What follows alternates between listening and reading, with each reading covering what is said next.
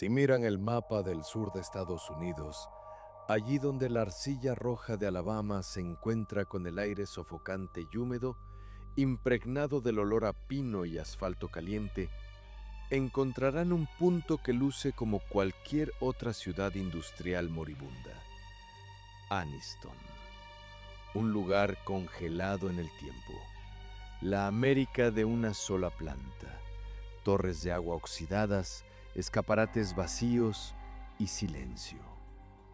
Pero este silencio es engañoso, no es paz, son las consecuencias de una guerra. Una guerra que no se libró con bombas o rifles, sino con moléculas creadas en laboratorios para sobrevivir a la eternidad. Aquí, bajo la capa de la cotidianidad, bajo los cimientos de escuelas e iglesias, yace un cementerio químico. Si toman una pala y comienzan a cavar la tierra en la parte occidental de la ciudad, no encontrarán simplemente lodo, encontrarán un legado. El legado de una corporación que decidió que el beneficio valía la pena para envenenar la propia estructura de la vida. Comenzamos nuestro relato aquí, en Anniston, porque fue precisamente aquí, a la sombra de enormes chimeneas, donde Monsanto dejó de ser simplemente una compañía y se convirtió en algo más, en un estado autónomo que vive según sus propias leyes de biología y moral. Para comprender la magnitud del crimen, hay que volver a la década de 1930. Estados Unidos salía de la Gran Depresión, hambriento de trabajo, de progreso, de electricidad.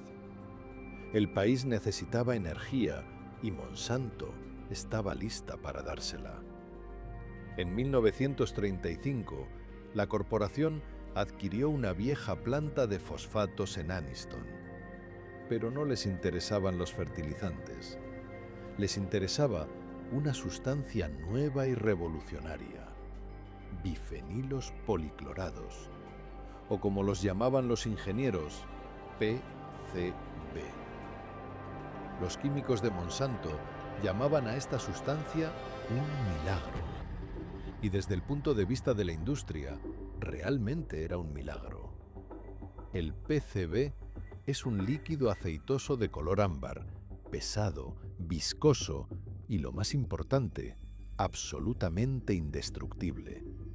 No ardía, no hervía, no conducía a la electricidad. Era químicamente inerte. Podían calentarlo hasta la temperatura de fusión del acero y permanecía estable. Era la sangre perfecta para la nueva máquina industrial de América. La vertían en transformadores para prevenir explosiones. La usaban en prensas hidráulicas, en pinturas, en papel carbón, en barnices para pisos. Monsanto vendía esto bajo la marca comercial Aroclor. Y el mundo compraba. La planta en Anniston trabajaba las 24 horas, produciendo miles de toneladas de este oro líquido. La ciudad prosperaba. La gente recibía salarios, compraba casas, criaba hijos. Estaban orgullosos de la planta. El humo de las chimeneas significaba que habría pan en la mesa. Nadie hacía preguntas. Nadie sabía que la propiedad que hacía al PCB ideal para los transformadores, su inmortalidad, lo convertía en el asesino perfecto para todo ser vivo. La naturaleza no sabe digerir los PCB. La evolución no creó enzimas capaces de descomponer estas cadenas artificiales de cloro y carbono. Cuando esta sustancia entra en el organismo, no sale, se queda. Encuentra el tejido adiposo y se esconde allí, acumulándose año tras año, década tras década. Espera. En Anniston, la producción iba a gran escala, lo que significaba que también había desechos, toneladas de desechos. ¿Dónde ponerlos? En los años 40 y 50, la regulación ecológica prácticamente no existía. La planta simplemente abría las compuertas. El lodo tóxico, saturado de PCB, se vertía en zanjas abiertas que conducían a un pequeño arroyo llamado Snow Creek. Los residentes locales, predominantemente familias afroamericanas no adineradas, vivían a lo largo de las orillas de este arroyo. Para ellos, Snow Creek era parte de la vida. Los niños se bañaban en él durante el caluroso verano de Alabama, pescaban, freían el pescado y lo comían. Jugaban en el barro de la orilla. No sabían que el agua del arroyo no estaba simplemente sucia, era veneno. A veces el agua se volvía blanca, lechosa, espesa como una sopa. A veces rojo sangre.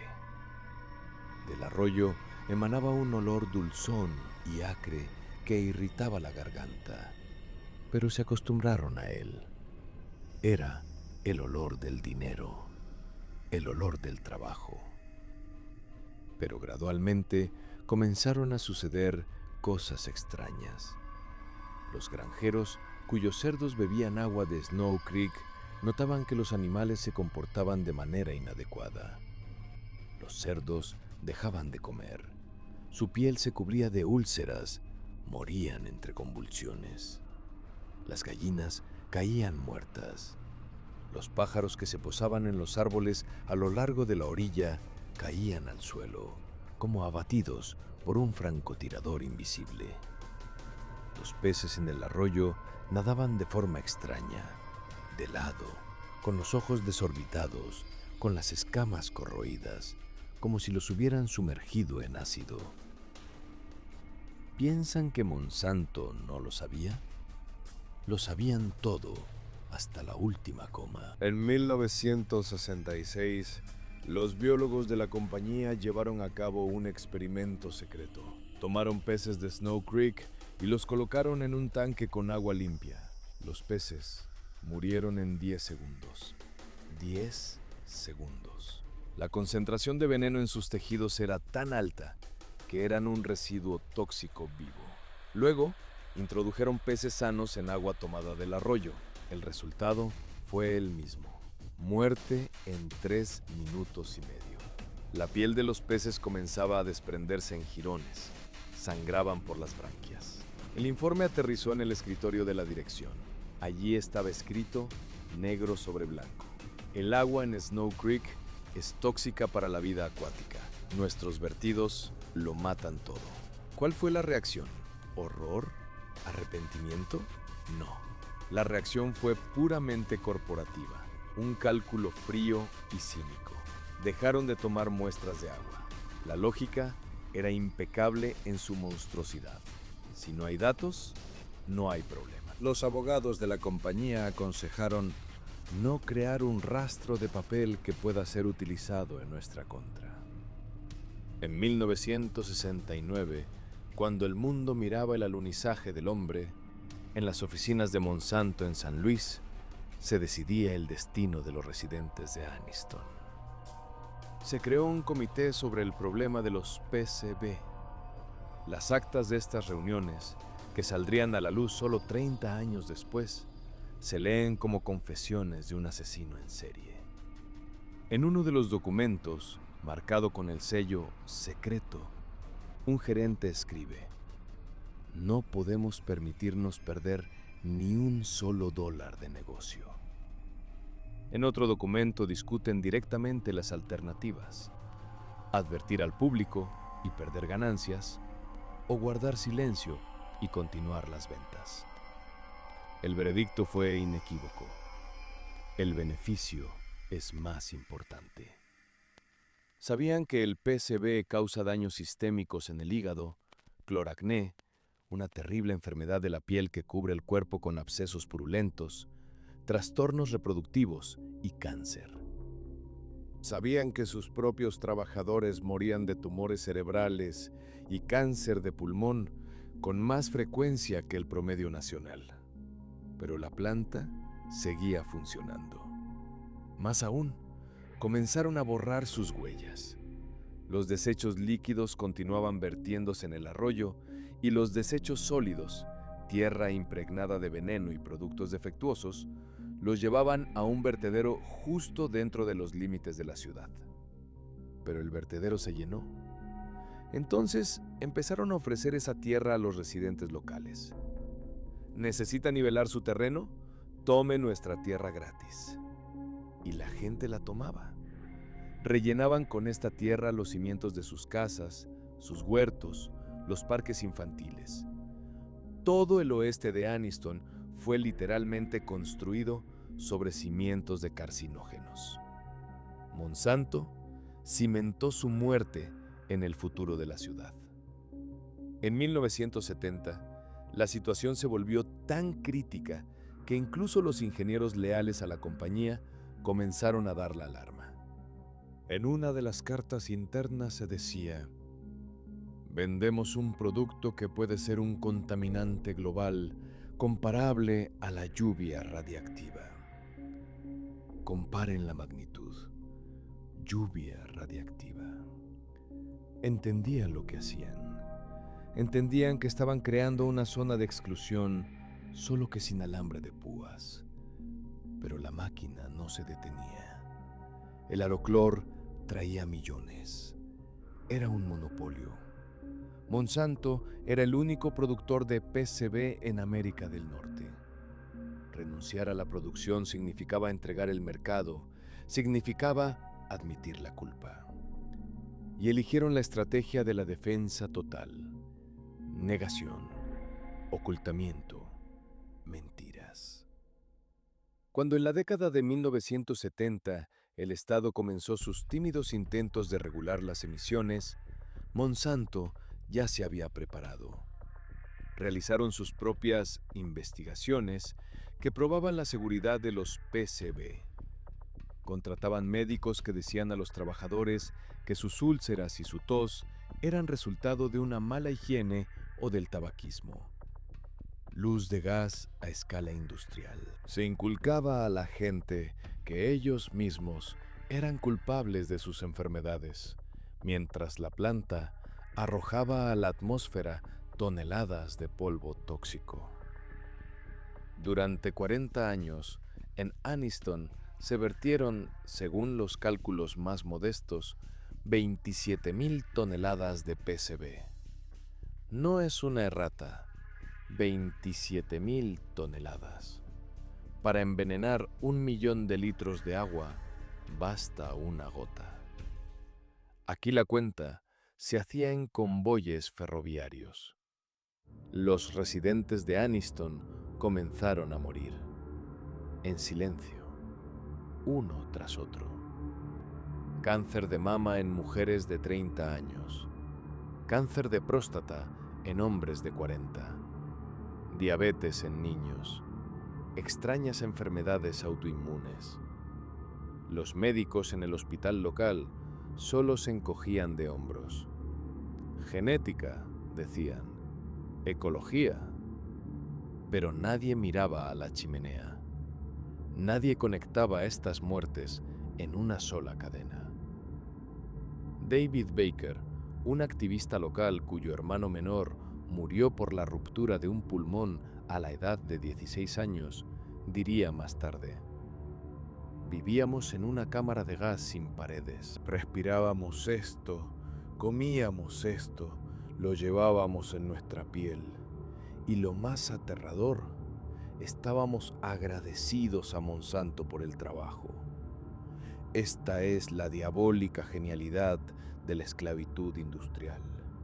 No puedes rebelarte contra quien te da el pan, incluso si ese pan está envenenado. Monsanto compró el silencio de la ciudad no con sobornos, sino con salarios. Patrocinaban equipos escolares, construían parques, organizaban picnics. En las fotografías de las fiestas corporativas de aquellos años se ve a gente sonriente comiendo perritos calientes y al fondo esas mismas chimeneas escupiendo ceniza gris. La verdad comenzó a salir a la luz solo en los años 90, cuando los abogados empezaron a encontrar documentos. Esos mismos memorandos confidenciales que la compañía olvidó o no tuvo tiempo de destruir. Cuando los residentes de Anniston vieron por primera vez estos papeles, entraron en shock. Comprendieron que sus vidas eran una línea en un informe contable, en la columna de costos permisibles. Se encontró un documento que recibió el nombre de Carta sobre la Contaminación, Pollution Letter. En ella, los altos ejecutivos de Monsanto razonan negro sobre blanco que Anniston ya está tan contaminado que no tiene sentido intentar limpiarlo. Es más barato simplemente esperar y pagar las posibles demandas judiciales que detener la línea de montaje. Era la matemática del mal, una aritmética cínica y fría. La vida de un niño en Alabama valía menos que un informe trimestral ante los accionistas. Cuando comenzó el juicio, Monsanto intentó usar su táctica favorita: alargar el proceso, agotar los recursos de los demandantes, inundar el tribunal con toneladas de papel. Pero los hechos eran demasiado escandalosos. Los niveles de PCB en la sangre de los residentes de Anniston excedían la norma en cientos y a veces en miles de veces. En algunos ancianos, la sangre era tan tóxica que podría utilizarse como aceite industrial. En 2003, Monsanto acordó pagar $700 millones en compensación, una suma enorme para una persona común, pero para la corporación eran los ingresos de unas pocas semanas. Firmaron el cheque y se fueron.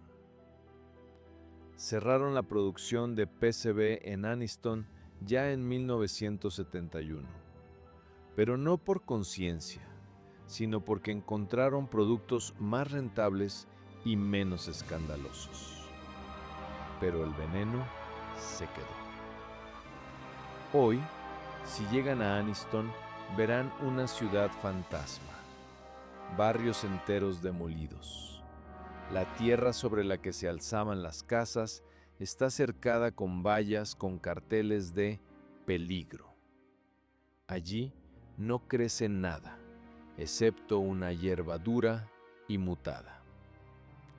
Snow Creek sigue fluyendo, pero temen acercarse a él. Esta ciudad es un monumento a lo que sucede cuando una corporación se vuelve más poderosa que el Estado. Anniston fue la primera prueba de fuerza. Aquí Monsanto entendió que puede hacer lo que quiera y que casi no le pasará nada por ello. Aquí perfeccionaron sus métodos: niega, desacredita, paga a abogados, esconde documentos. Anniston fue un laboratorio, y sus habitantes, conejillos de indias en un experimento de supervivencia. Y este experimento fue exitoso. La compañía sobrevivió, la gente no. Pero el PCB fue solo el comienzo. Era química bruta, un martillo con el que destrozaban la naturaleza. Por delante les esperaba una nueva era, la era del ajuste fino, la era en la que decidirían no solo envenenar la vida, sino reescribir su código. Anniston les enseñó que el control sobre la química da poder, pero para obtener el poder absoluto hay que controlar la propia comida. Abandonamos las ruinas de Alabama. Dejamos atrás la arcilla roja y los arroyos envenenados. Nos dirigimos a principios del siglo XX para ver cómo comenzó todo, para conocer al hombre que creó a este monstruo, John Francis Quinney, un farmacéutico que no tenía educación química, pero tenía olfato para el dinero. el hombre que fue el primero en entender: si puedes falsificar el sabor del azúcar, puedes falsificar la realidad. De aquí en adelante, solo se pondrá más oscuro. Aquí tienes la traducción de la segunda parte de tu relato. He mantenido el mismo tono dramático, la riqueza de las descripciones y el volumen exacto del texto original. Estamos acostumbrados a pensar en Monsanto como un creador de venenos, pero la ironía radica en que este imperio no comenzó con el deseo de matar, sino con el deseo de endulzar. Para comprender el alma de este monstruo, necesitamos retroceder el tiempo. Nos trasladamos al año 1901, San Luis, estado de Missouri, una ciudad a la que llamaban la Puerta al Oeste, pero que en aquel entonces recordaba más a la Puerta al Infierno. El cielo estaba negro por el humo del carbón. El río Mississippi era marrón debido a los vertidos industriales. El aire era denso, pesado, impregnado del olor a goma quemada, malta y productos químicos. Era la época del capitalismo salvaje y desenfrenado, cuando las leyes las escribían los ganadores y la naturaleza se consideraba solo un almacén de recursos gratuitos. En este caos, entre chimeneas de fábricas y almacenes de ladrillo, vivía un hombre llamado John Francis Queeny. Tenía 42 años. Para los estándares de la época, ya era un anciano. Era un veterano de la industria farmacéutica, pero un veterano sin medallas. Durante 30 años trabajó como comprador para almacenes farmacéuticos mayoristas. Conocía el mercado, conocía los precios, pero no tenía nada propio. Solo tenía una educación hasta 6º grado, deudas y ambiciones que le quemaban por dentro con más fuerza que el whisky. Queeny era un hombre del sistema, pero veía una grieta en él. A principios del siglo XX, la química no era una ciencia estadounidense, era una ciencia alemana. Alemania tenía al mundo agarrado por el cuello con sus patentes. Si querían aspirina, tintes o sacarina, pagaban a los alemanes. Queeny odiaba esto. Veía cómo el dinero fluía hacia el otro lado del océano y decidió que era hora de redirigir ese flujo hacia su propio bolsillo. Su idea era simple y genial. Decidió producir sacarina. ¿Qué es la sacarina? Es el primer gran no a la naturaleza. Es una sustancia descubierta accidentalmente en un laboratorio a finales del siglo XIX, cuando el químico Constantin Fallberg olvidó lavarse las manos después de trabajar con alquitrán de hulla y notó que el pan durante la cena se había vuelto insoportablemente dulce. Piensen en ello. Alquitrán de hulla. Un fango negro, viscoso y tóxico que queda después de la coquización del carbón. Desechos, suciedad. Y precisamente de esta suciedad, mediante una compleja síntesis química, se obtenía un polvo cristalino blanco. Era 500 veces más dulce que el azúcar, pero no tenía ningún valor nutricional. Era un fantasma de comida, un engaño a los receptores, una ilusión de calorías. Queeny invirtió todos sus ahorros, $1,500, en la creación de la compañía. Era cauteloso. Sabía que el negocio era arriesgado, por lo que no le dio a la firma su nombre. En su lugar, utilizó el apellido de soltera de su esposa, Olga Monsanto. Un nombre hermoso, exótico, con raíces portuguesas. Monsanto Chemical Works. Sonaba sólido, sonaba a futuro. Pero el comienzo fue humillante. No tenían fábrica, no tenían laboratorio. Queeny y sus escasos socios cocinaban los productos químicos en un sótano, usando equipos viejos. De día, John trabajaba en una compañía farmacéutica y por las noches se convertía en un alquimista, intentando obtener sacarina pura de los desechos de carbón. Los alemanes, al enterarse del audaz estadounidense, bajaron inmediatamente los precios, intentando estrangularlo en la cuna. Fue una clásica guerra de desgaste. Monsanto estaba al borde de la bancarrota cada mes. Nadie quería comprar su producto. Las compañías estadounidenses temían pelearse con los cárteles europeos. Queenie necesitaba un milagro. Necesitaba un cliente que fuera tan enorme y codicioso que le importaran un bledo las amenazas alemanas. Y lo encontró. En el estado vecino de Georgia, cobraba fuerza otra compañía que también comerciaba con una dulce ilusión: Coca-Cola. En 1903, Coca-Cola se encontraba bajo presión. El gobierno y la opinión pública comenzaron a hacer preguntas sobre la cocaína en su bebida. Necesitaban cambiar la receta. Necesitaban cafeína para el vigor. Y lo más importante, necesitaban azúcar barato. Muchísimo azúcar. El uso de azúcar de caña natural era costoso. La sacarina era barata. La reunión de los representantes de Monsanto y Coca-Cola se convirtió en histórica. Fue la confluencia de dos ríos que juntos formaron un océano de ganancias. Queenie les ofreció sacarina.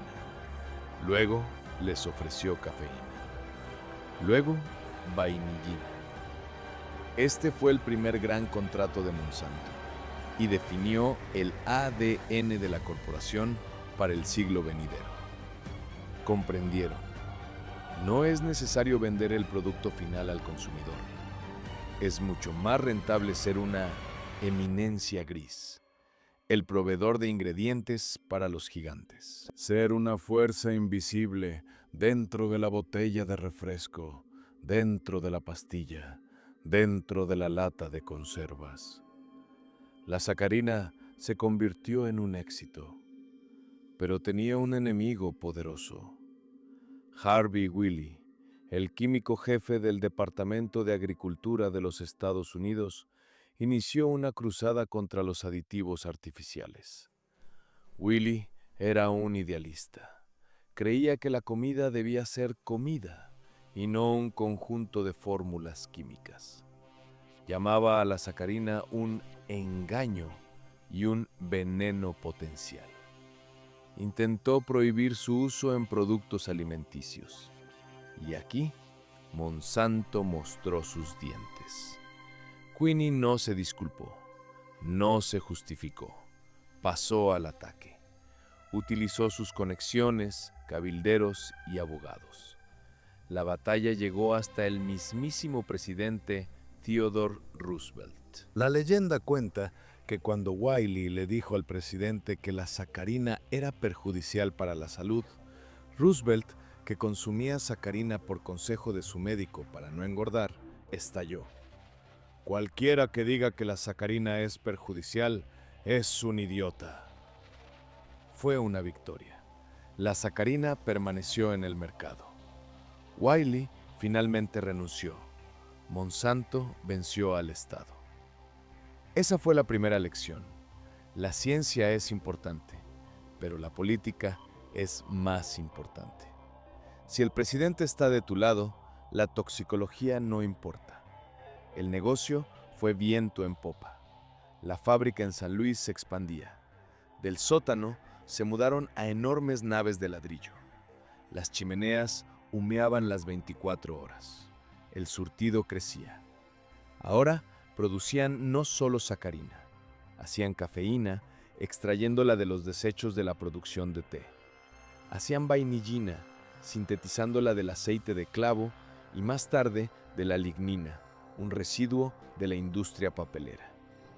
Noten el patrón. Monsanto se especializaba en sustitutos, en falsificaciones. En lugar de azúcar, sacarina del carbón. En lugar de vainilla, vainillina de la madera. En lugar de vigor, cafeína pura. Construían un mundo donde lo natural era reemplazado por lo sintético.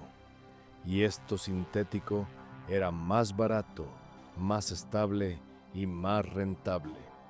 Vendían la idea de que el hombre puede superar a la naturaleza, que el laboratorio es mejor que el campo.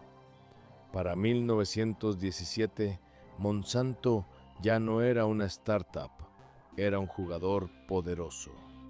Pero el mundo estaba cambiando. En Europa retumbaba la Primera Guerra Mundial, y la guerra es siempre hambre para la industria química. Alemania, aislada por el bloqueo, dejó de suministrar productos químicos. Estados Unidos se quedó sin medicamentos, sin tintes, sin explosivos. Para John Quinney fue la hora dorada. El patriotismo y el beneficio se fundieron en uno solo. Monsanto comenzó a producir fenol. El fenol es una sustancia clave. De él se hace la aspirina, pero de él mismo se hace el ácido pícrico, un potente explosivo. Por primera vez, Monsanto dio un paso más allá de la industria alimentaria hacia el mundo de la guerra. Comprendieron que las moléculas son universales. La misma cadena de átomos puede curar un dolor de cabeza o destrozar a personas en las trincheras. Todo depende de cómo la cocines y a quién se la vendas. En este periodo la compañía ganó su primer dinero verdaderamente grande: millones. John Francis Quinney, el ex comprador con 6 grados de educación, se convirtió en un magnate. Caminaba por las naves con un traje costoso, fumando un cigarro, y miraba los enormes reactores en los que burbujeaba la nueva realidad estadounidense. Pero Quinney envejecía. Su salud, minada por años de trabajo con químicos y estrés, fallaba. Preparaba a un sucesor, su hijo, Edgar.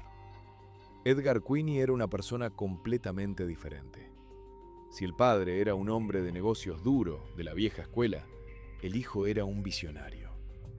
Edgar recibió una educación brillante. Entendía no solo de negocios, sino también de química. Y veía más allá que su padre. Cuando John Francis Quinney murió en 1933, le dejó a su hijo una compañía sólida. Pero Edgar no quería simplemente continuar el negocio de su padre. Quería reconstruir el mundo. Precisamente con Edgar, Monsanto daría su giro más terrible. Edgar entendía que el futuro no estaba en la sacarina. La sacarina es una minucia. El futuro está en los plásticos, en las fibras sintéticas, en la petroquímica. En la década de 1930, el mundo estaba en el umbral de una nueva era, la era de los polímeros. Y Monsanto se disponía a ser el arquitecto de esa era. Comenzaron a comprar patentes, laboratorios, firmas pequeñas. Se estaban convirtiendo en un conglomerado.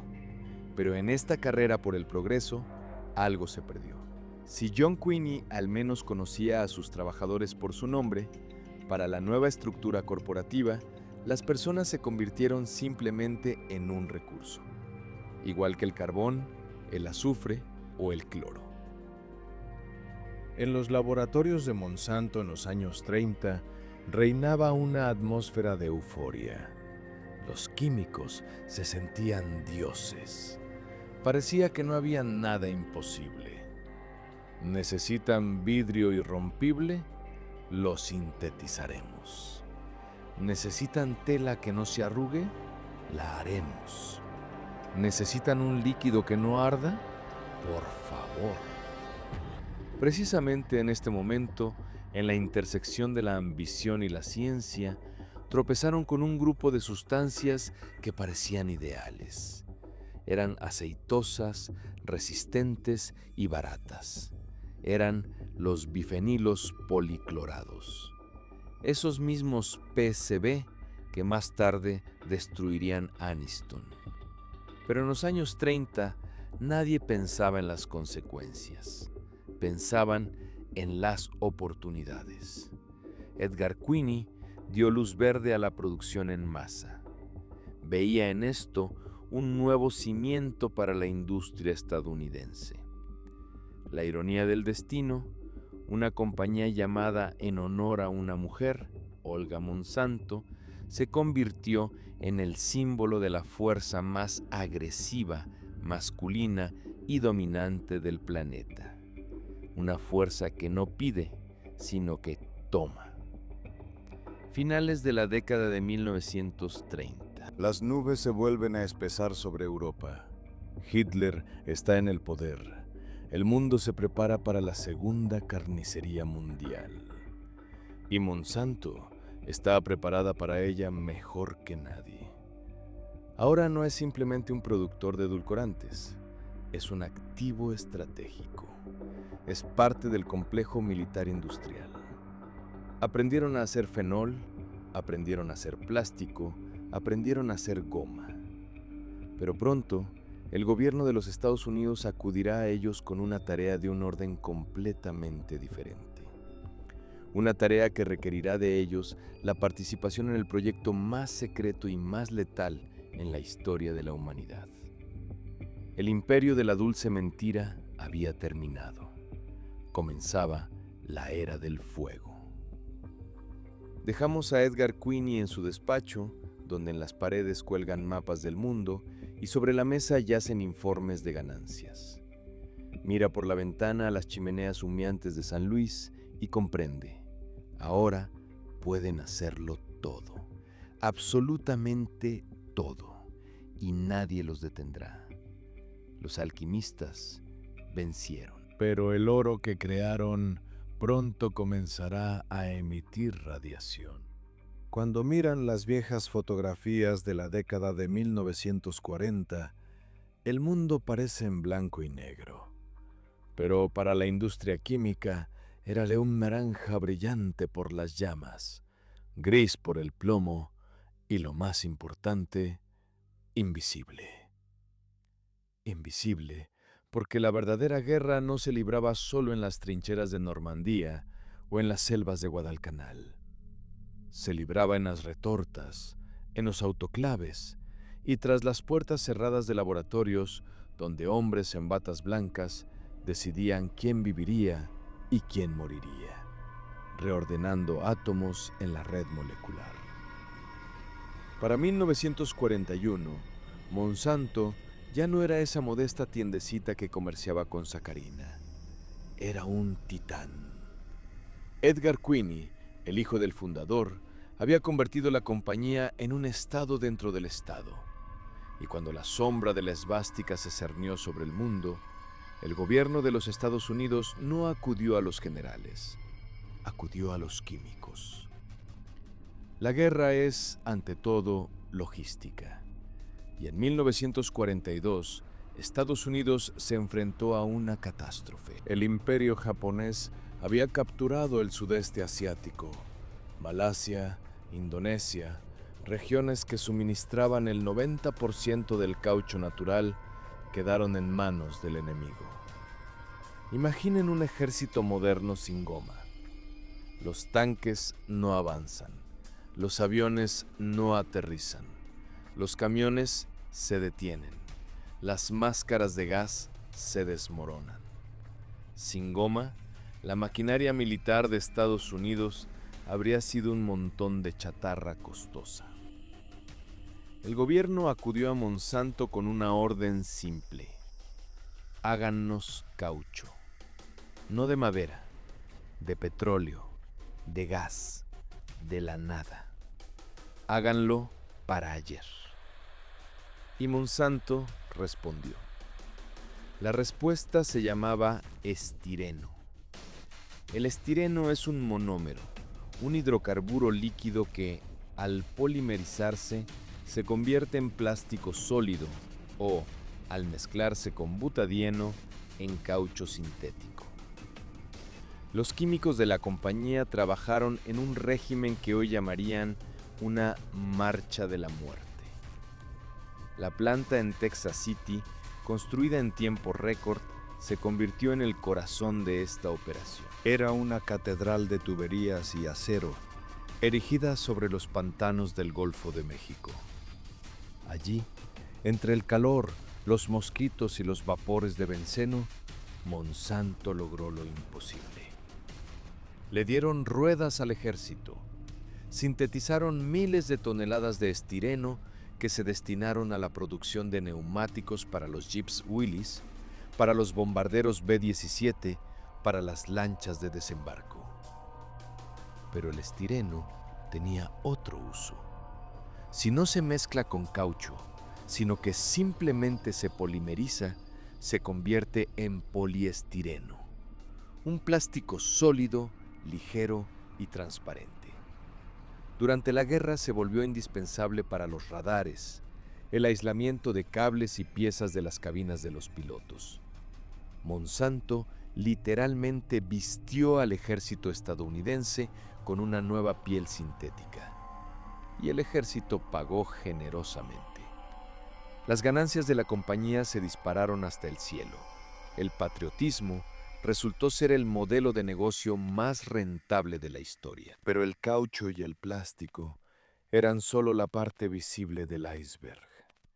En la sombra ocurría algo mucho más oscuro, algo de lo que solo sabían unos pocos, incluyendo a Edgar Quinney y su director científico principal, el Dr.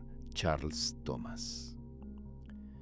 En 1943, el general Leslie Groves visitó a Thomas, el hombre que dirigía el proyecto Manhattan. Groves no pedía caucho, necesitaba algo que en la naturaleza casi no existía. La bomba atómica es un dispositivo complejo. Para que funcione, no solo se necesita uranio o plutonio, se necesita un detonador, un iniciador de neutrones, una chispa que enciende el fuego nuclear. Este iniciador debía ser el elemento radiactivo polonio. ¿De dónde sacarlo? ¿Cómo purificarlo? ¿Cómo trabajar con una sustancia que brilla en la oscuridad con una luz azul mortal y mata al inhalar una mota de polvo microscópica? La respuesta fue Dayton, Ohio. Monsanto recibió un contrato secreto para gestionar el Proyecto Dayton. Fue uno de los capítulos más clasificados de la Segunda Guerra Mundial. Los laboratorios estaban dispersos por toda la ciudad, a menudo en los lugares más inesperados. Uno de esos lugares era el viejo teatro Runnymede Playhouse, en un suburbio rico. Imaginen el surrealismo de esta imagen. Un edificio donde antes se daban bailes y se representaban obras de teatro, ahora estaba lleno de cámaras de plomo y cajas de guantes.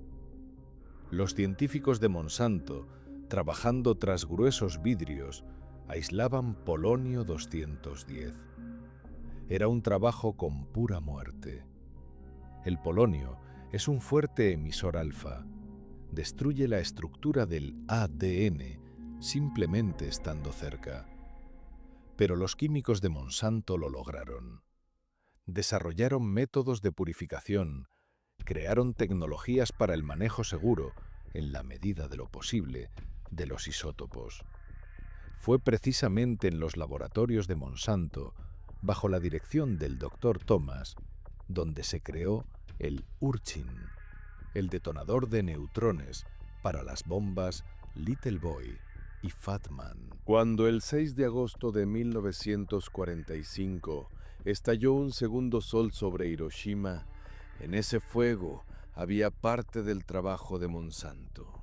Cuando el 9 de agosto Nagasaki se convirtió en cenizas, eso también fue su logro. La compañía se convirtió en coautora del apocalipsis. El Dr. Charles Thomas recibiría más tarde la Medalla al Mérito y en 1960 encabezó la junta directiva de Monsanto. El vínculo entre el gigante químico y el complejo nuclear de Estados Unidos permaneció inquebrantable durante décadas. Monsanto gestionó el Laboratorio Nacional Mount en Ohio hasta finales de los años 80, produciendo detonadores para miles de ojivas nucleares de la Guerra Fría. Pero la guerra terminó, el mundo yacía en ruinas, mientras que Estados Unidos era más rico que nunca. Los soldados regresaban a casa. Necesitaban casas, coches, refrigeradores y una nueva vida. Y Monsanto estaba lista para venderles esa vida. El problema era que a la compañía le quedaban capacidades gigantescas de producción de estireno. ¿Qué hacer con océanos de productos químicos si el ejército ya no encarga millones de neumáticos? Respuesta: vendérselo a las amas de casa. Comenzó la era de Better Living Through Chemistry, mejor vida a través de la química. No era solo un eslogan, era una religión. Monsanto inició una campaña agresiva para introducir el plástico en la vida cotidiana. El poliestireno, que ayer aislaba los radares de los bombarderos, hoy se convertía en juguetes infantiles, peines, envases para comida, carcasas para radios. Era barato, brillante, reluciente. No se pudría como la madera, no se oxidaba como el metal. Era el símbolo de la modernidad. En 1957, Monsanto construyó junto con Disney la atracción Casa del Futuro, House of the Future, en Disneyland. Era un templo del plástico, una casa hecha completamente de poliéster reforzado con fibra de vidrio. Los muebles, las paredes, el suelo, la vajilla, todo era sintético. Millones de estadounidenses pasaban por esta casa, tocaban las lisas paredes blancas y creían que eso era la felicidad. Una felicidad que no era necesario lavar, pintar o reparar. Monsanto vendía el sueño de un confort estéril, controlado y eterno. Pero este sueño tenía un precio, y a veces la naturaleza recordaba quién es el verdadero dueño aquí. Volvamos a Texas City, abril de 1947. La guerra había terminado, pero la planta de Monsanto seguía trabajando a plena capacidad, produciendo estireno y productos químicos. Cerca, en el puerto, estaba atracado el barco francés Grand Camp. Sus bodegas estaban abarrotadas de nitrato de amonio, un fertilizante que también es un potente explosivo. El 16 de abril, en una mañana despejada, comenzó un incendio a bordo del Grand Camp. La tripulación intentó apagarlo con vapor, pero esto solo agravó la reacción. A las 9:12 de la mañana, el barco explotó. No fue simplemente una explosión. Fue una de las mayores detonaciones no nucleares en la historia de la humanidad. La onda expansiva derribó 2 avionetas que volaban sobre la ciudad. El ancla del barco, con un peso de 2 toneladas, fue lanzada a 3 kilómetros. Pero lo más terrible ocurrió en la orilla. La planta de Monsanto, situada junto a los muelles, recibió el golpe primero. En las naves había enormes tanques con estireno hirviendo, benceno y propanobutano. La onda explosiva los desgarró como bolsas de papel. La planta se convirtió en un infierno de fuego. Los productos químicos se inflamaron instantáneamente, creando una temperatura a la que se derretía el acero. De los 450 trabajadores del turno, murieron 145. La mayoría de ellos se quemaron vivos o fueron destrozados por la metralla. La propia planta fue borrada de la faz de la tierra. Parecería que este era el fin. Una tragedia de tal magnitud debería haber detenido a la compañía. Pero para el Leviatán, esto fue solo una picadura de mosquito. La reacción de Monsanto ante la catástrofe en Texas City se convirtió en un ejemplo de libro de texto de la resistencia y el cinismo corporativos. No perdieron tiempo en el luto. Comenzaron la reconstrucción incluso antes de que se enfriaran las cenizas. Edgar Quinney voló personalmente a las ruinas. Prometió pensiones a las viudas. Prometió a la ciudad nuevos puestos de trabajo. Y cumplió su palabra. La planta fue reconstruida de nuevo, aún más grande, aún más potente, aún más moderna. Este episodio mostró al mundo: es imposible matar a Monsanto. Pueden volar sus fábricas, pueden quemar sus laboratorios, pero resurgirá de las cenizas como un fénix de poliestireno. Porque es necesaria, porque el mundo se enganchó a la aguja de lo sintético. Para la década de 1950, Monsanto ya no producía simplemente productos químicos, producía el hábitat. Ropa de nylon y acrílico, fibra acrilan. Alfombras, detergentes con fosfatos que hacían florecer los ríos con algas venenosas. Fertilizantes que cambiaban la composición del suelo.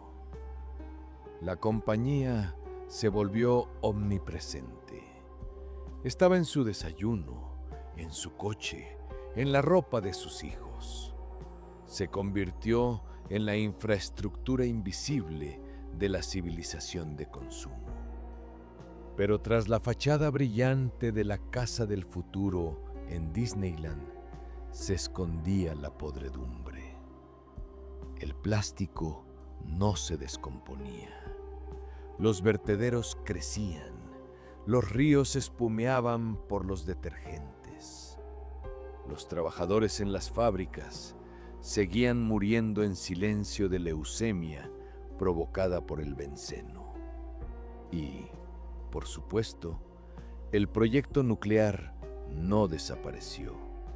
Simplemente se fue más profundo a la sombra. Mientras las amas de casa admiraban los platos de plástico Tupperware, los ingenieros de Monsanto perfeccionaban los activadores para las bombas de hidrógeno. Era una dualidad que se convirtió en la esencia de la compañía. Con una mano creaban confort, con la otra armas de destrucción masiva. Con una mano alimentaban al mundo con fertilizantes, con la otra lo envenenaban con pesticidas. Hacia finales de los años 50, Monsanto alcanzó la cima de su poderío industrial. Se sentían invulnerables. Creían que habían domesticado la química, la física y la biología. Pero la soberbia es la droga más peligrosa. Por delante les esperaba una nueva guerra, la guerra de Vietnam. Y allí, en las selvas del sudeste asiático, Monsanto crearía su producto más reconocible, más odiado y más terrible. Nos despedimos de la época del optimismo plástico. Dejamos atrás las cocinas relucientes de los 50 y los televisores en blanco y negro anunciando detergente en polvo. Entramos en la era de la televisión a color y la niebla naranja. Edgar Quinney entregaría las riendas del poder. En su lugar vendrían los tecnócratas, personas sin rostro, sin nombre, pero con un agarre de hierro. Personas que firmarían el contrato para el suministro del agente naranja. El mundo se preparaba para conocer lo que es un verdadero ecocidio. Y Monsanto estaba lista para impartir esa lección. El mal no siempre lleva un uniforme militar o la bata de un científico loco. A veces lleva un costoso traje de 3 piezas, huele a agua de colonia Old Spice y se sienta en una oficina con aire acondicionado en el piso 20, revisando papeles. El verdadero horror de la historia de Monsanto no radica en que crearan venenos. La química es un negocio peligroso y los errores ocurren.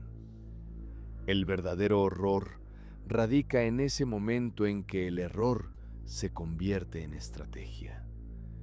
Cuando el conocimiento sobre la muerte se vuelve simplemente otra variable en la ecuación del beneficio. Regresamos a finales de la década de 1960. Mientras en Vietnam ardían las selvas y en Anniston morían los peces, en la sede de Monsanto en San Luis reinaba el silencio. Pero era la calma antes de la tormenta. El mundo comenzaba a despertar. En 1962, Rachel Carson publicó el libro Primavera Silenciosa. Ella dijo por primera vez la verdad a la gente. Los pesticidas no desaparecen. El DDT mata a los pájaros. La química se acumula. Fue un toque de campana que anunció el inicio de la era ecológica. Para Monsanto fue una señal de alarma. Pero no temían por la naturaleza, temían por su producto más rentable, los bifenilos policlorados. Para 1968, los PCB estaban en todas partes, literalmente en todas partes. Eran el sistema circulatorio del mundo industrial. Estaban en los transformadores de cada poste, estaban en la hidráulica de cada avión, estaban en la pintura de las paredes de las escuelas, en el papel carbón de las oficinas, en el pegamento para zapatos, en el barniz para muebles. Monsanto los vendía bajo la marca Aroclor a miles de compañías, desde General Electric hasta Westinghouse. Y de repente, los científicos comenzaron a encontrar PCB donde no deberían estar. El químico sueco Søren Jensen, estudiando águilas, descubrió en su grasa una sustancia extraña. Al principio pensó que era DDT, pero el análisis espectral mostró es PCB. Lo encontró en los peces, en el cabello de su familia, en la leche materna. Comprendió, el planeta está infectado. En San Luis comprendieron que su secreto había sido descubierto. En 1969, en las entrañas de Monsanto, se creó un comité secreto. Comité Especial sobre el Aroclor. Su objetivo era simple: evaluar la amenaza. No la amenaza a la salud de las personas, sino la amenaza a las ventas. Las actas de las reuniones de este comité son, quizás, los documentos más cínicos en la historia de los negocios estadounidenses. Imaginen una habitación llena de humo de cigarrillos. En una mesa larga se sientan altos directivos, abogados y toxicólogos. Ante ellos hay informes. Saben que el PCB mata a los peces en concentraciones medidas en partes por 1,000 millones. Saben que los trabajadores en sus fábricas sufren de enfermedades hepáticas y cloracné. Saben que esta sustancia causa cáncer en ratas. Uno de los directivos, William Papageorge, escribe en un memorándum: nos enfrentamos a un dilema. Sabemos que nuestro producto es un contaminante global, pero no podemos simplemente retirarnos del mercado sin más. En el acta del 2 de octubre de 1969 están claramente escritos los objetivos del comité. Punto 1. Proteger la imagen de la corporación. Punto 2. Mantener la cuota de mercado. Punto 3.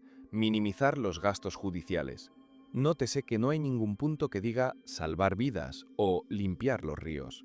El comité desarrolló una estrategia que se puede llamar retirada controlada. Decidieron continuar vendiendo PCB tanto tiempo como fuera posible, creando simultáneamente una cortina de humo de pseudociencia y trucos legales. En uno de los documentos que más tarde llamarían Carta sobre la contaminación, Pollution Letter, el gerente de ventas escribe a sus subordinados: no digan a los clientes que el producto es tóxico, digan que estamos ajustando las especificaciones. No podemos permitirnos perder ni un solo dólar de negocio.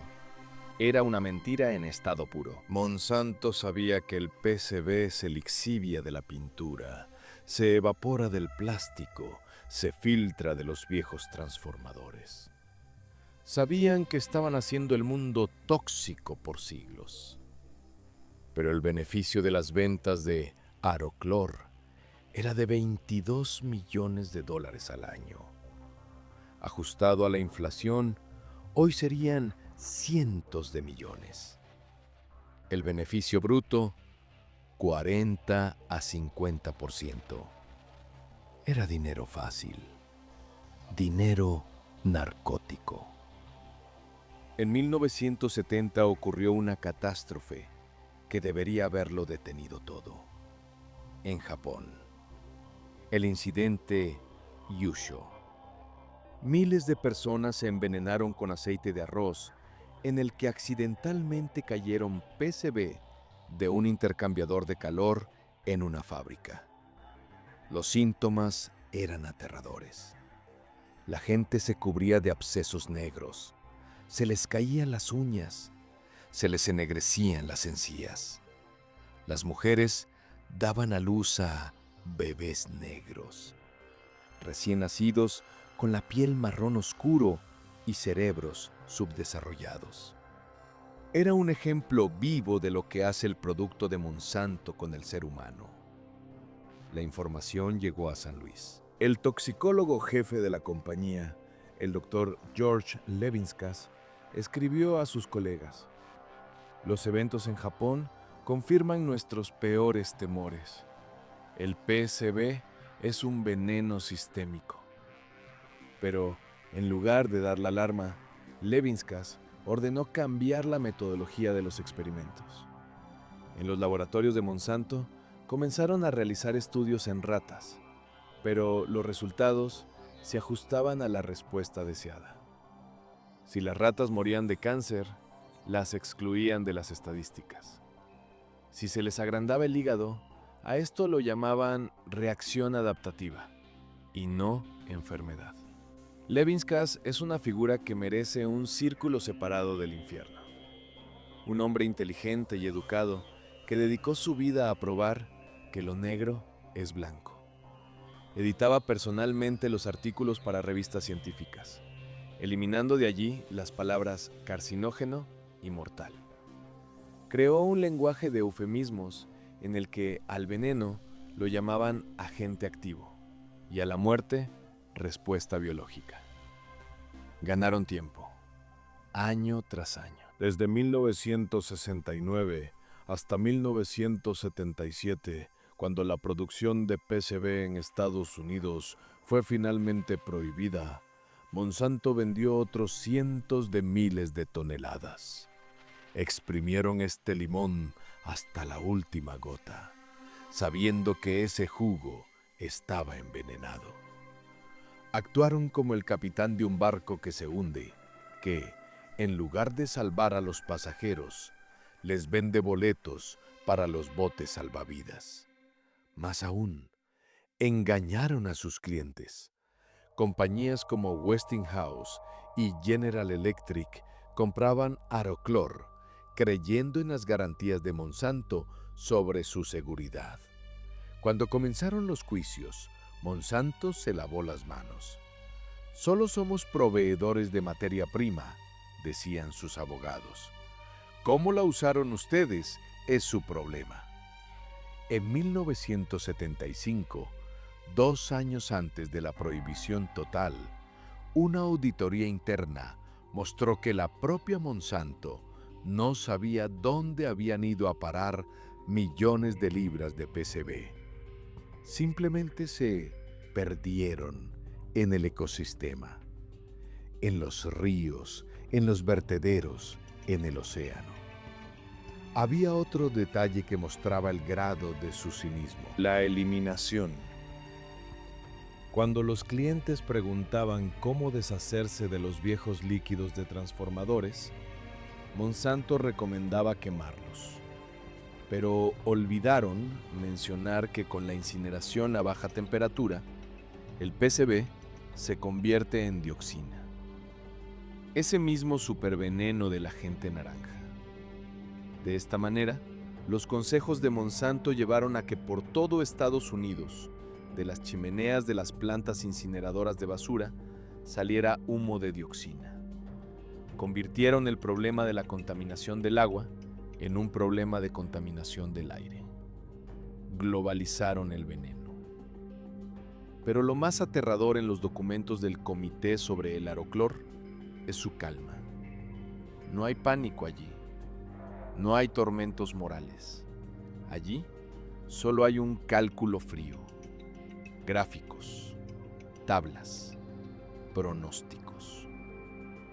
Uno de los gerentes propuso una estrategia. Debemos ser el caballero blanco. Debemos declarar públicamente nuestra preocupación por la ecología, colaborar con las autoridades, pero a puerta cerrada, frenar cualquier regulación. Esta estrategia funcionó brillantemente. Monsanto logró retrasar la prohibición de la producción de PCB casi 10 años. 10 años de superganancias. 10 años que le costaron a la humanidad millones de casos de cáncer, infertilidad y enfermedades inmunológicas.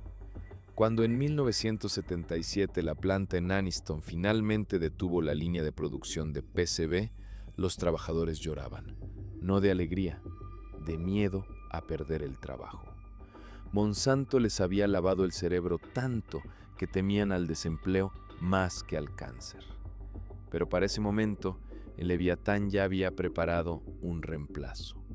No pensaba morir junto con el PCB.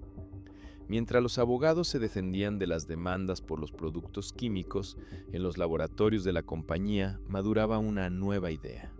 Una idea que era aún más ambiciosa que el control sobre el plástico o el caucho. A mediados de los años 70, Monsanto empezó a comprender que la química es cosa del pasado. La química es tosca, la química es sucia. La química deja huellas que encuentran los científicos suecos. El futuro es la biología. El futuro es el control sobre la propia vida. En 1974, el bioquímico John Franz descubrió las propiedades únicas del glifosato. Esta molécula mataba cualquier planta sobre la que caía. Bloqueaba una enzima necesaria para el crecimiento. Era la muerte en un frasco. Pero Monsanto no quería simplemente vender herbicida. Eso sería demasiado poco para sus apetitos. Idearon algo que cambiaría para siempre la agricultura. Decidieron crear plantas que no mueren por su veneno. Era un plan genial en su perversidad. Hacer del problema, las malas hierbas, y de la solución, el herbicida, propiedad de una sola corporación, y encerrar al agricultor en este círculo vicioso. Pero para realizar este plan, necesitaban cambiar las leyes. Necesitaban patentar la vida. En 1980, la Corte Suprema de los Estados Unidos tomó una decisión histórica en el caso Diamond contra Chakrabarty. El tribunal dictaminó que un organismo vivo creado por el hombre puede ser patentado. Fue la luz verde. Fue la señal para el ataque. Monsanto comenzó a comprar compañías de semillas. Decenas, cientos. Gastaban miles de millones para monopolizar el mercado de semillas de maíz, soja, algodón. Se convertían de un gigante químico en un monstruo biotecnológico. El cinismo de la época del PCB no desapareció, simplemente mutó. Antes ocultaban que su producto mataba. Ahora declaraban abiertamente que su producto era la única salvación contra el hambre. Comenzaron a reescribir el código de la naturaleza, a insertar genes de bacterias en el maíz, a hackear el ADN de la soja. Y lo hacían con la misma arrogancia con la que alguna vez vertieron veneno en los arroyos de Alabama. Dejamos los oscuros despachos de los 70, donde bajo el chirrido de las plumas estilográficas se decidía el destino de los desechos tóxicos. Salimos a la luz, a los inmensos campos del Medio Oeste. Allí, entre el maíz dorado y la soja verde, se prepara un crimen de un nuevo tipo. No contra personas individuales, sino contra la agricultura como forma de vida, contra el derecho del ser humano a sembrar lo que quiera. Prepárense, entramos en la era de los OGM, la era en la que la corporación reclamará sus derechos sobre la luz solar, la lluvia y la fotosíntesis. La era del Roundup. La era en la que los agricultores se convertirán en siervos en su propia tierra. El Leviatán dejó de ser simplemente un envenenador. Se convirtió en un carcelero. El 7 de junio de 2018, el nombre Monsanto desapareció oficialmente de la faz de la tierra. No hubo funerales fastuosos, no hubo obituarios en los periódicos. Simplemente, un día los trabajadores en San Luis salieron a la calle, quitaron los letreros con el logotipo, un brote verde dentro de un cuadrado naranja, y los arrojaron a los contenedores de basura. Los sitios web fueron redirigidos, las direcciones de correo electrónico cambiadas, las credenciales de los empleados reimpresas. El Leviatán corporativo, que durante 117 años aterrorizó a la naturaleza, fue engullido. Lo compró el consorcio alemán Bayer. Fue el trato del siglo.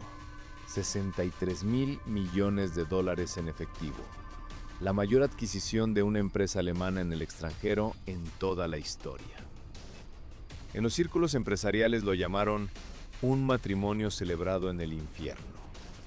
El creador de la aspirina compró al creador del agente naranja. El gigante farmacéutico que trata el cáncer se unió al gigante químico que lo provoca. Un ciclo cerrado perfecto de muerte y beneficio. Primero vendes el veneno para cultivar la comida, y luego vendes el medicamento para curar las consecuencias de esa comida. Werner Baumann, el director general de Bayer, radiaba felicidad. Pensaba que había comprado el futuro. Pensaba que había comprado el control sobre la alimentación mundial. No entendía una cosa. No compró una empresa, compró la escena del crimen.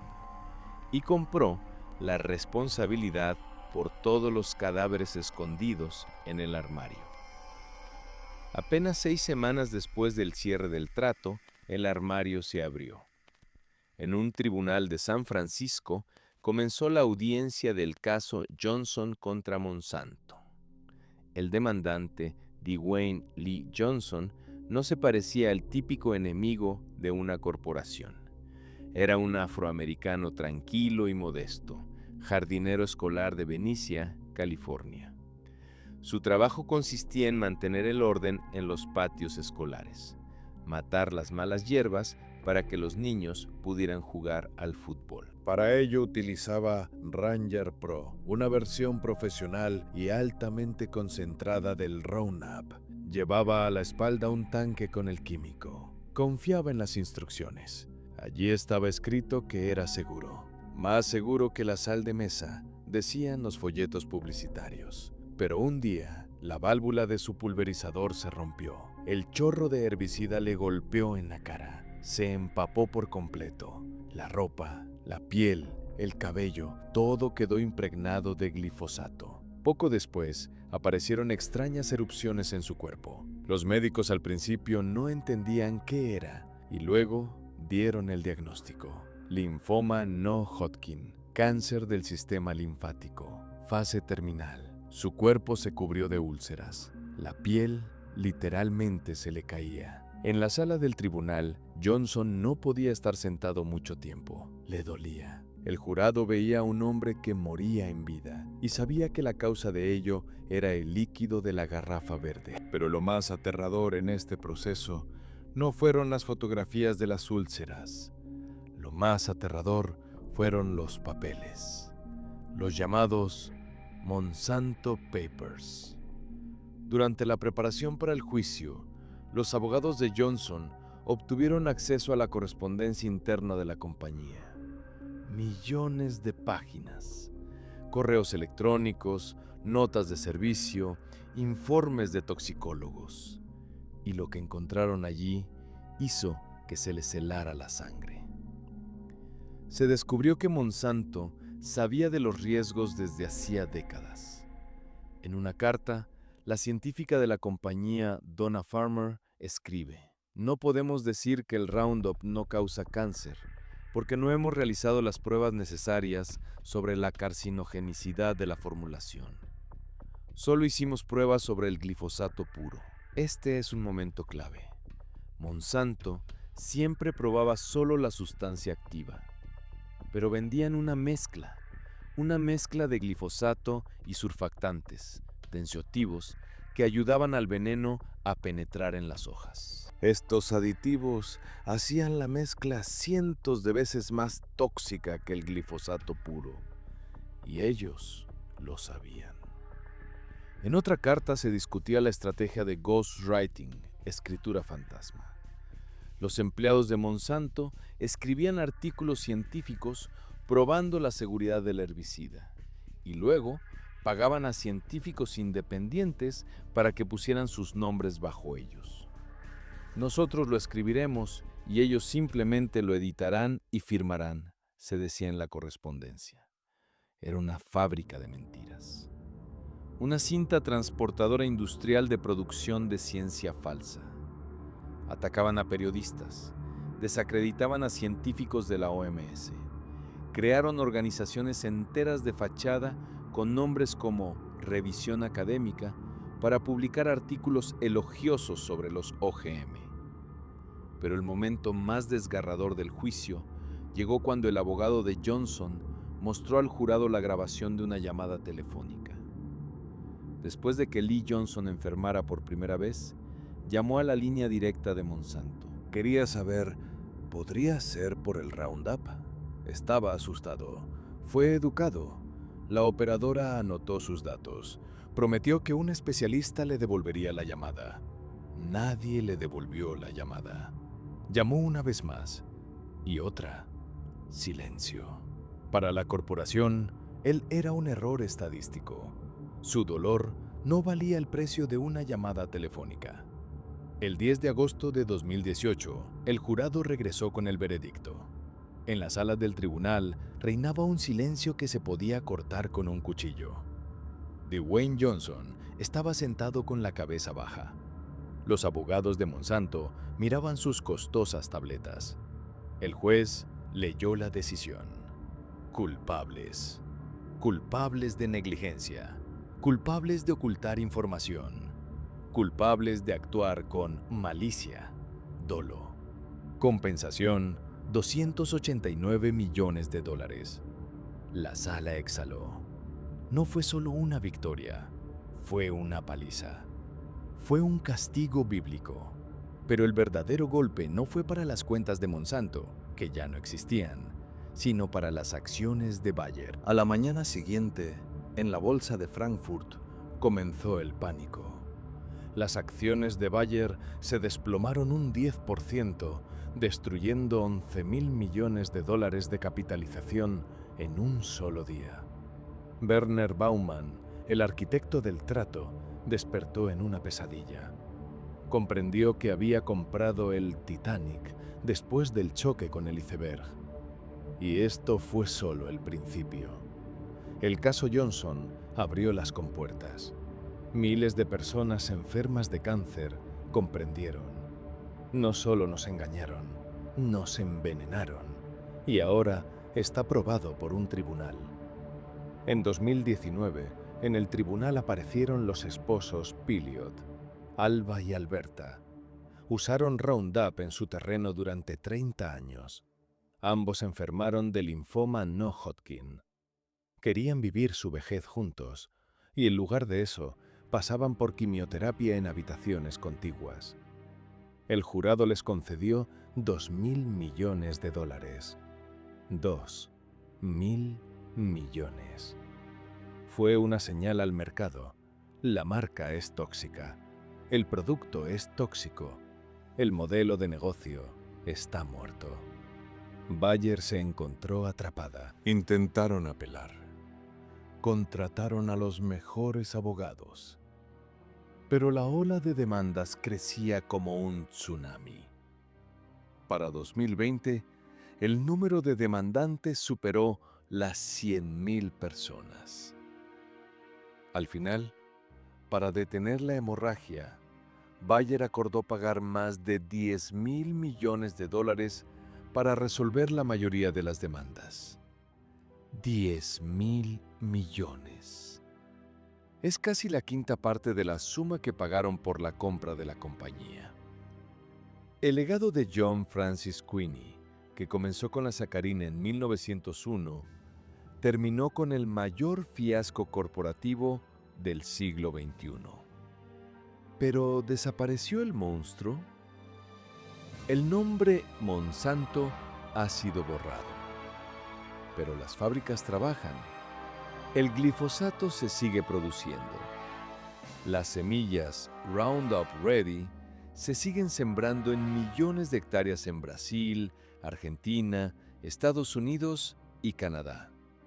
Es más, mientras el mundo seguía los juicios por el glifosato, la compañía soltó un nuevo genio de la botella: dicamba. ¿Recuerdan el problema de las supermalezas? El glifosato dejó de funcionar y Bayer/Monsanto propuso una nueva solución: semillas Extend, resistentes a la dicamba, un herbicida viejo y volátil. Los agricultores comenzaron a rociar dicamba y comenzó el caos. Este veneno se evapora y deriva a kilómetros. Destruye todo a su paso: huertos, viñedos, soja convencional, bosques. En los años 2017 a 2019, la América agraria se sumió en una guerra civil. El vecino iba contra el vecino con una escopeta. Los agricultores, cuyas cosechas fueron destruidas por la deriva de dicamba, demandaban a quienes la rociaban. Y aquellos decían: «Nos vendieron esto como un producto seguro». El ciclo se repitió. De nuevo mentiras. De nuevo datos ocultos sobre la volatilidad. De nuevo juicios. En 2020, el tribunal prohibió la venta de algunas formas de dicamba, pero el genio ya había salido. El ecosistema fue alterado aún más gravemente. Hoy, en 2024, vivimos en un mundo creado por Monsanto. Miren su desayuno. ¿Copos de maíz? Hay rastros de glifosato. ¿Leche de soja o GM? ¿Pan? El grano, muy probablemente, fue secado con herbicidas antes de la cosecha. Desecación. Es una corporación zombie. El cuerpo está muerto, pero el virus vive. El glifosato ha sido encontrado en los hielos polares. Ha sido encontrado en la orina del 93% de los estadounidenses. Ha sido encontrado en la cerveza alemana. Ha sido encontrado en la sangre del cordón umbilical de los recién nacidos. Todos somos parte de este experimento global y no tenemos un grupo de control. Dwayne Johnson, el hombre que venció al dragón, sigue vivo, en contra de los pronósticos de los médicos. Continúa la lucha. Se ha convertido en el símbolo de que la verdad, incluso dicha en un susurro por un hombre moribundo, puede gritar más fuerte que presupuestos de miles de millones. Pero el precio de esta verdad es demasiado alto. La historia de Monsanto no es simplemente la historia de una compañía. Es una parábola sobre la arrogancia, sobre lo que sucede cuando el hombre decide que es más inteligente que la evolución, sobre lo que sucede cuando el beneficio se vuelve más importante que la vida. Comenzamos en Aniston, donde el agua roja fluía en el arroyo. Terminamos en una sala de tribunal, donde los números rojos de las pérdidas ardían en el tablero de la bolsa. Entre estos puntos hay millones de toneladas de veneno, miles de destinos rotos y una simple verdad. Pueden patentar una semilla, pueden comprar una ley, pueden renombrar una compañía, pero no pueden engañar a la biología. La Tierra lo recuerda todo y siempre pasa la factura.